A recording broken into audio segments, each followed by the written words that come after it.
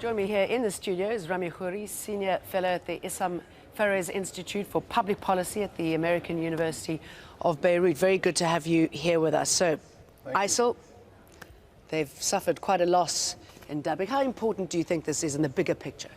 It's very important because this is a continuation of a trend that we've witnessed for, I would say, about the last 9 months or so, where finally all the local actors, the Kurds, the Turks, the Iraqi army, and others have been coordinating, and with American fighter jets and others, coordinating to gradually attack the ISIL locations and bases so it shows Iraq. What can be done if you And can work together. So they've been losing strategic towns for the last, I would say, 9 months or so in Iraq and in Syria.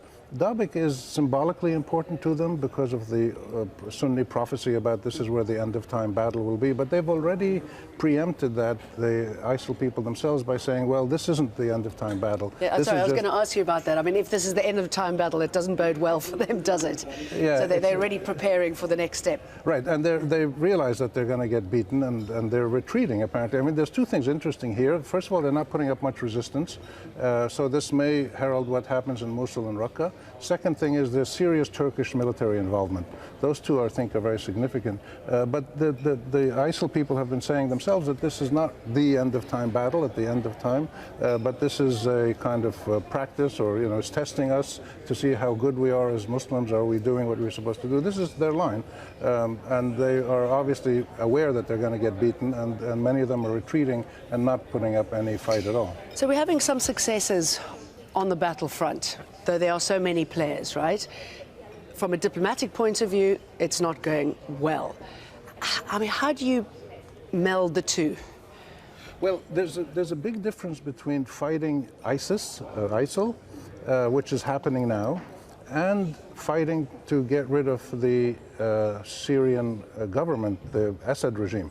And these are two very different things, and they sometimes coincide and they sometimes contradict each other. So the Turks, for instance, are consistently saying they want to get rid of the Assad regime, but it's much more important for them to defeat ISIL and to prevent the Kurds from having contiguous territory in northern Syria. So the two things are going on at the same time. The battlefield conditions of ISIL is one thing. The relationship of various opposition groups that are fighting ISIL and might want to fight the Syrian government is another thing. And the third thing is you have this big global Russian-American confrontation, and you have the big regional powers, Turkey, Iran, Saudi Arabia primarily, all heavily involved in the fighting in Syria, some fighting ISIL, some not fighting ISIL, but fighting other people. So it's an incredibly complex situation, but there's really, these two things need to be clear. ISIL is one problem. The other problem that remains is the big fight between the Assad regime and its enemies who are trying to overthrow it. Great. Rami Khoury, thank you. Thank you.